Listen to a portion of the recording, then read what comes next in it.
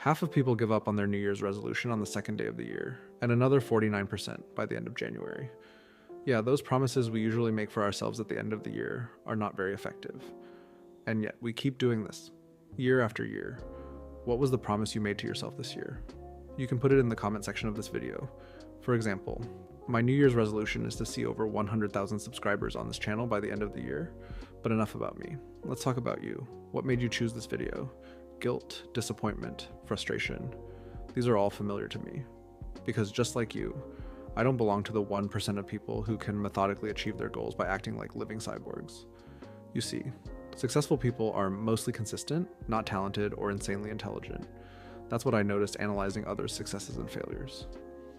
Actually, my observations only proved what I've learned a long time ago, on a random corporate training of all places. The coach asked the group a question I remembered for the rest of my life. What do you think is one trait that separates successful people from unsuccessful? After we all failed to find the correct answer, he revealed it. The ability to methodically go through boring, mundane tasks on a way to the goal for a period of time unknown in advance. This 1% of the population can persevere through adversities, unlike most of us, including me, and I guess you. What I didn't realize then and learned only much later is that it's not their personal achievement. It's a specific type of mind, a gift from Lady Luck, who rolled the dice for each of us. We were all born with different types of brain and nervous system. Each has advantages and disadvantages.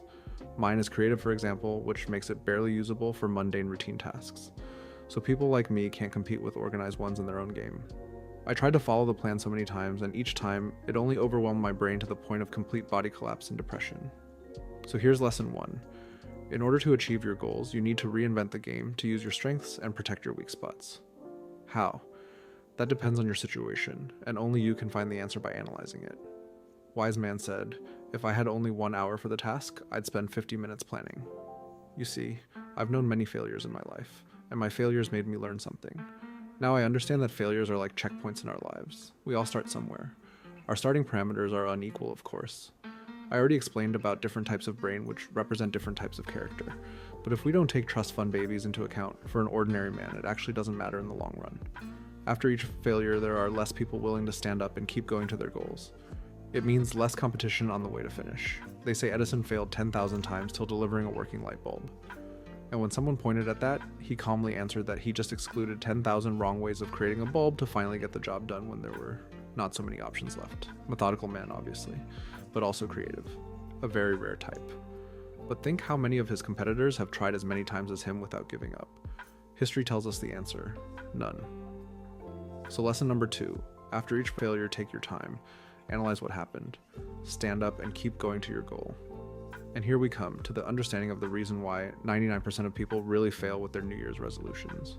People love to set goals for New Year's Eve, specifically because it represents the new beginning. They think they can magically erase all their failures and start from scratch. But we never truly start clean, do we? We start with the baggage of all our failures and successes in life, which were, of course, the result of our decisions. And what stands behind the decision-making process? Your brain. You can't escape from your brain, can you?